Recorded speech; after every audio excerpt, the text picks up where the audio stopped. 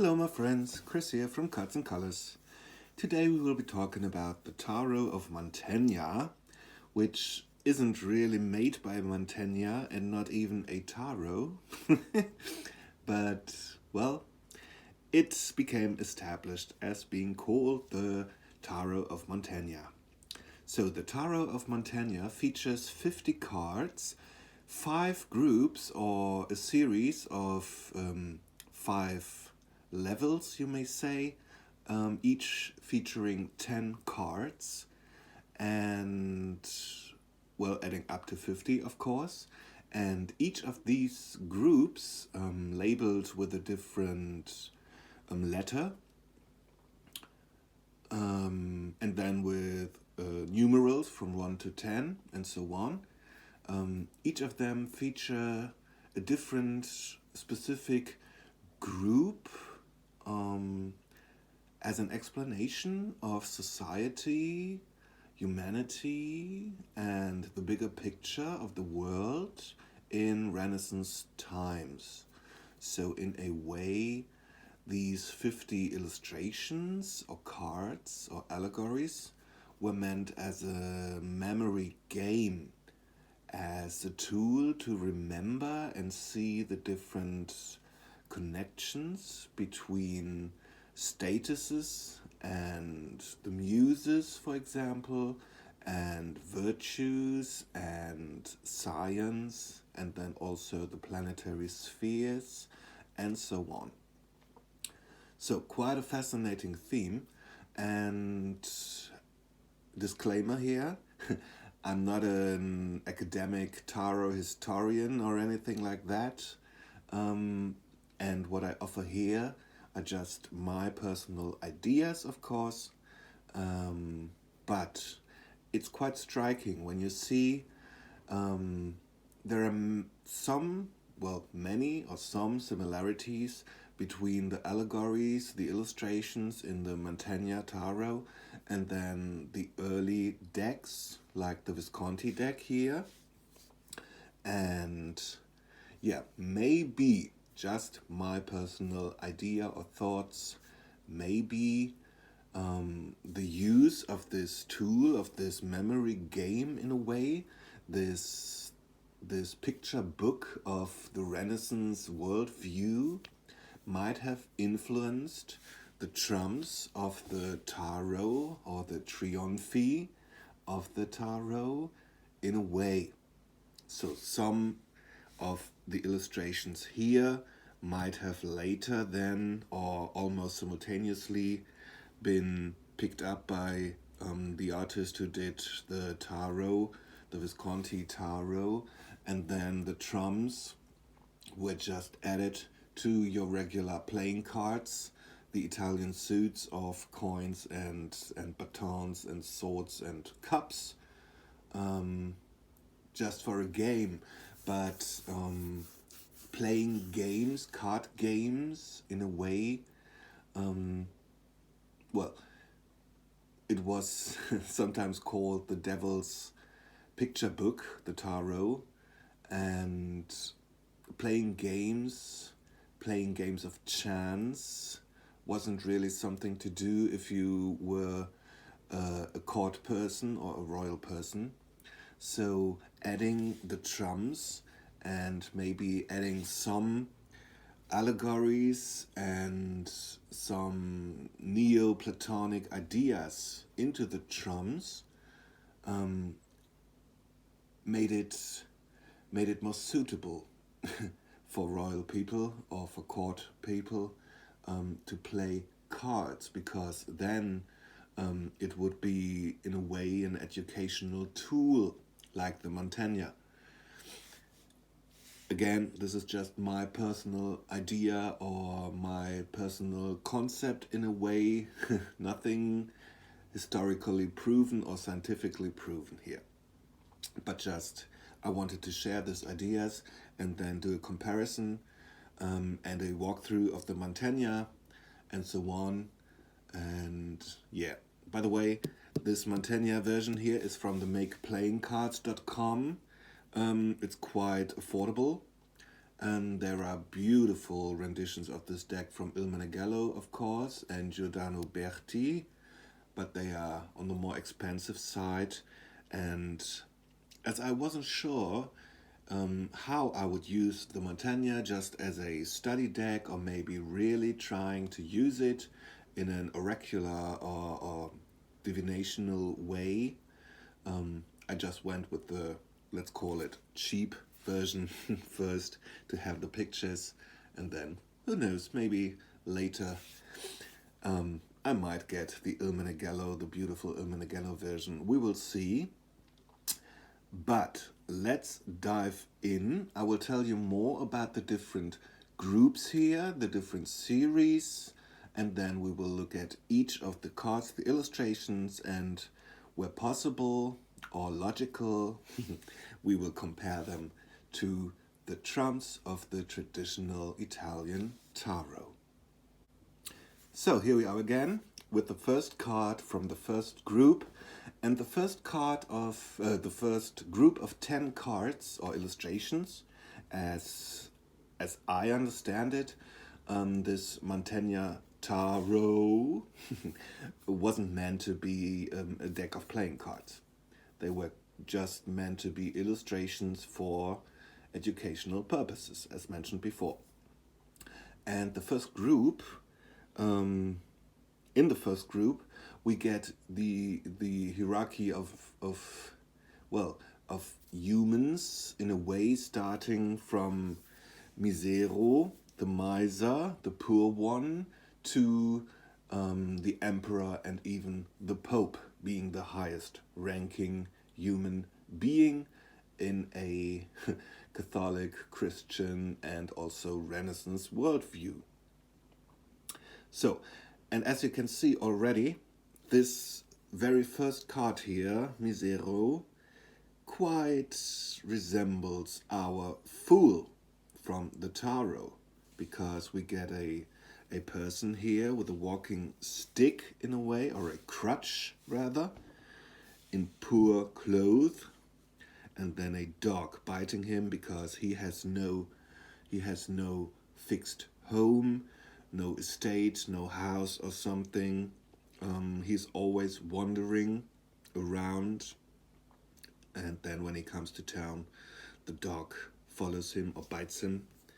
And if we look here at the Fool from the Visconti, we can quite see here the poorly dressed man wandering around with his stick or club or crutch maybe. In the Visconti tarot we don't get a dog, but I think it's quite obvious that in all the later versions you get the dog or cat thingy animal following the Fool. Then we have the Servant, in a way, which quite resembles the Page of Cups from the Marseille tradition, even here with the scarf going on, quite interesting. We get the Artisan, and the Artisan here in his workshop with all the different tools, working his craft, could be a model for Le Bateleur, Il Bagatello, or the Magician with his table here working. Maybe.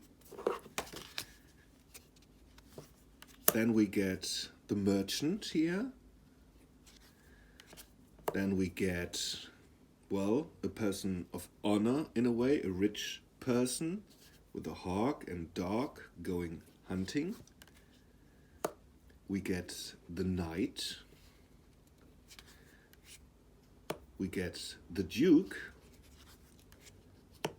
We get a King. The Emperor, which quite resembles the Emperor we know and we are used to from the old Tarocchi here, of course, here with the sphere, holding the sphere. There's no scepter here in this Emperor, but we get the royal eagle, the imperial eagle here. And also the crossed legs, which may have later then be used in the Marseille tradition, the emperor from the Marseille tradition, featuring crossed legs on the emperor. And then after the emperor, the 10th card in the first series is the Pope. And of course, we can see the Pope featured in the Visconti Tarot as the Pope. And then later on in the Tarot de Marseille, and of course as the High Priest or Hierophant in the Rider-Waite-Smith and Thoth traditions. So that's the first group. The second group of the Mantegna Tarot contains the 9 Muses, and Apollo being in a way the god of the Muses, so adding up to 10 again. So the first muse we get here is Calliope, beautiful voiced, and she is the muse of epic poetry and eloquence. And one of her symbols is the trumpet, which we can see here. Then we get the muse Urania, the heavenly, and she is associated, or the muse of astrology, and she has a, well, not really a compass traditionally, not sure if this is supposed to be a compass, but she's holding a celestial sphere here with all the stars in it. Then we get Terpsichore, she who loves dancing. She's the muse of lyric poetry and dance, and her symbol is a lyre. This isn't really a lyre, looks more like a small guitar. Then we get Erato, the arouser of desire, erotic or love poetry, and her symbol is a tambourine, which we can see here. Next we have Polymnia, many hymns, the muse of heroic hymns and mimic art. And she also has a lyre or some portable organ here. So you can see with the different flutes. Then we have Thalia, the festive, the muse of comedy and pastoral poetry. She wears the mask of comedy sometimes and a violin. And we can see the violin here. Then we have Melpomene, the singer. She's the muse of tragedy, which we can see in her facial expression. And her instrument is a horn. We can see that. And then she's often depicted with the mask of tragedy. Then we get Euterpe or Euterpe, the giver of joy. She's the muse of music and lyric poetry, and her symbol or instrument is a double flute, as we can see here. Then we get to Clio, and Clio is the giver of fame. She's the muse of history, riding a swan here, quite beautiful. And yeah, her symbol is a scroll. We can't see a scroll here, just the swan. If we want to, we could associate her in a way with the Empress from the Tarot.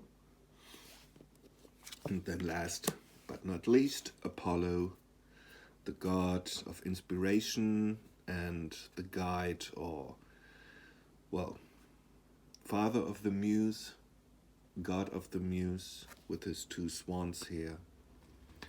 Yes, Apollo. Up to the next group. Now with the third group, we get into the liberal arts, and with the addition of poetry, philosophy, and theology. So the first science or art here is grammar, featuring traditionally a file and a vase. There is the vase. Then we get logic with a veiled dragon. Quite interesting. Then we get rhetoric here. with quite a warrior-like woman with a sword, sharp words, a sharp tongue. Then we get geometry with circle, square, and a triangle here. Then we get arithmetic, counting coins here. Then we get music with a flute here. And here is a little organ, and there is a little, I don't know what it is.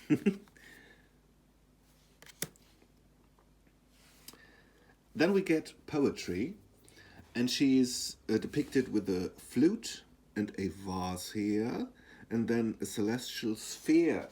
So we could, in a way, connect the liberal art of poetry with the star card, if we want to. Because here we have the vessel, or the vase, and then the celestial sphere. So maybe our star card from the tarot was inspired by the poetry card or illustration here.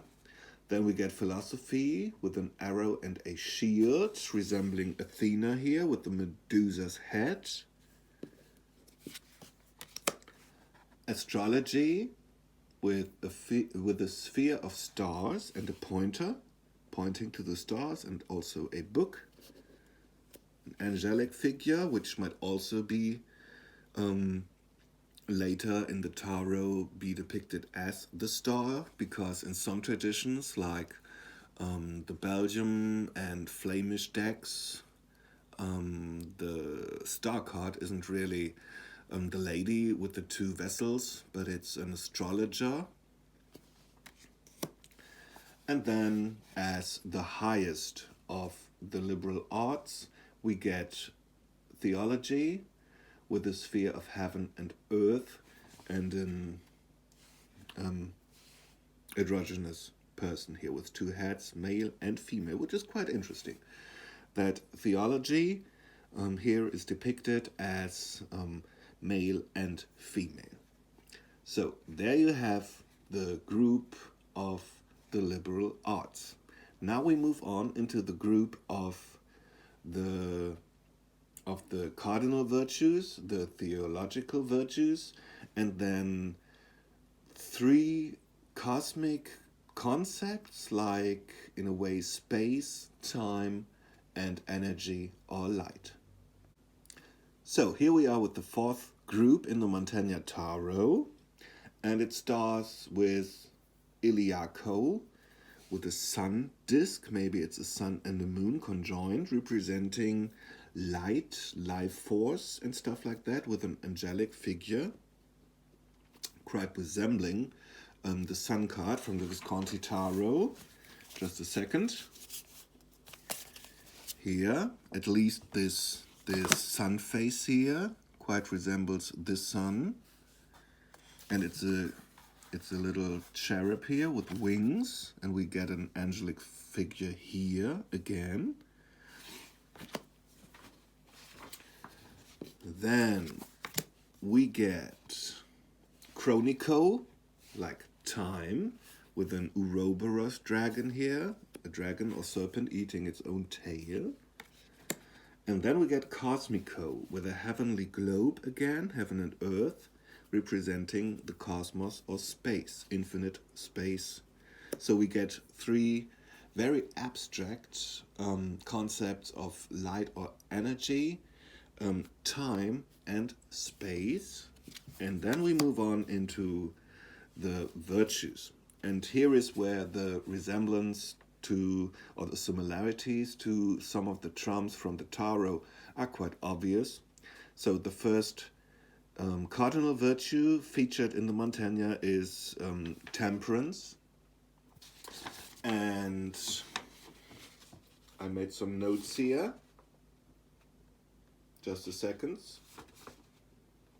I'm lost. Where are my notes?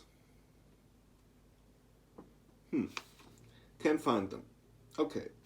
So, temperance, here we are again. Two vases, of course. Two vases, of course. And then there's here this little stoat or ermine or dog or cat, we don't know. But of course I will show you the temperance card. Quite obvious here, the two vases mixing water and wine, watering down the wine, tempering the wine. Then we have prudence, which is missing from the tarot trumps in a way. The missing cardinal virtue here with two heads and a mirror and then some dragon thingy here going on. Then we get strength with the column and the lion in the Visconti tarot. Interestingly, the strength card or the fortitude card is not a lady, but rather Hercules with the lion here. But I'm pretty sure you've seen historical tarot decks featuring the lady with the lion, or in older decks, the lady with the column. Justice with scales and the sword, of course. Justice in the Visconti, sword and scales, and then here we get a crane or maybe an ibis. Charity with a pelican, which was believed to feed its young with the blood of its own heart. And then here coins falling down and a burning of fiery heart of charity. Then we get hope, looking up to the stars, and a phoenix rising from the ashes. And there's a hope card in the Carriale Visconti or the Visconti di Modrone tarot. And then faith, last but not least, the highest theological virtue being faith, with a chalice and a host and a crucifix or cross here and a dog representing loyalty. And it could be that our popess, or later to be called high priestess, is the embodiment of faith. So not really a female pope in a way, but just an embodiment of faith, because here it's hard to see, there you can see it, the staff with the cross on top quite resembles the illustration of faith in the Mantegna tarot. So that was our fourth group. Now we move on into the celestial and planetary spheres, the last group. So here we are with the last group in the Mantegna tarot, and I think it's quite obvious that Luna, the moon, might have influenced the moon card in the tarot, and in the earliest versions here from the Visconti tarot, you really just see Luna or Selene or maybe Diana, the goddess of the moon, and not the picture we're used to from later decks like the Marseille, the Rider-Waite and so on, with the two towers and the crab and whatnot. We just see the moon in the very early decks. Then we have Mercury here with the caduceus, with the two serpents going on, and the cock here, and the winged helmet. Then we get Venus, and it's quite interesting because in the very early decks, the cards or trump of the lovers, or in the Marseille tradition, the lover, was referred to amore, just love. Featuring Cupid here, and we see Cupid in the Venus card. So maybe the love card, the triumph of love, represents the power of Venus, the love goddess. Then we have the sun here in a chariot with a person or a child fallen down, maybe the story of Icarus. And then a scorpion here.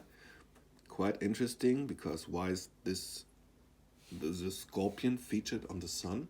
Not sure about that, but the sun, of course, might have been an inspiration for the sun trump. The Mars card or illustration, of course, resembles your traditional chariot here. And then, very interesting, the World card. In the Visconti, the World card is an illustration of the newfound Jerusalem. Just a second, trying to find it. So here we are, the illustration of the newfound Jerusalem with two angels or cherubs here below.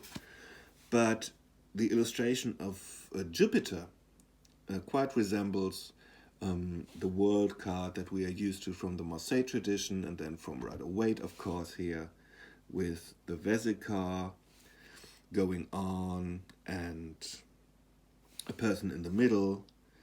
Yeah, so maybe the Jupiter card being the highest god, being Zeus, maybe this was in a way or had an influence on the illustration of the World card.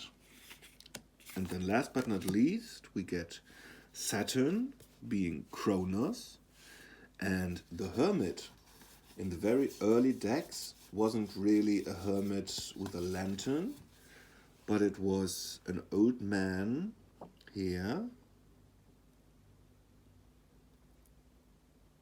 featuring a long wand here, and then an hourglass. That's the word I was looking for. Representing time. So Father Time and Kronos, there might be a connection. And then the last three, the highest three cards or illustrations or spheres are the 8th sphere above the 7 planetary spheres, featuring the stars. Again, maybe a connection to the star card. Then we get your primo mobile, the first movement. And then last but not least, you get your prima causa, the prime or primal cause, the first cause, in a way, God. With all the different spheres here and radiance and light bursting out. So, card number 50 here, the last card. So we move from the homeless person in the first card to God. Quite interesting, I have to say. So there you have the walkthrough of the Mantegna Tarot and how it might be related to, the tarot as we are used to now and the early historical decks. If you found this video interesting, give it a thumbs up, give it a like. Feel free to follow my channel. Feel free to leave a comment, a question, something you maybe would like to add. I love to discuss with the tarot community. So I hope you liked this, and yeah, see you soon. Bye.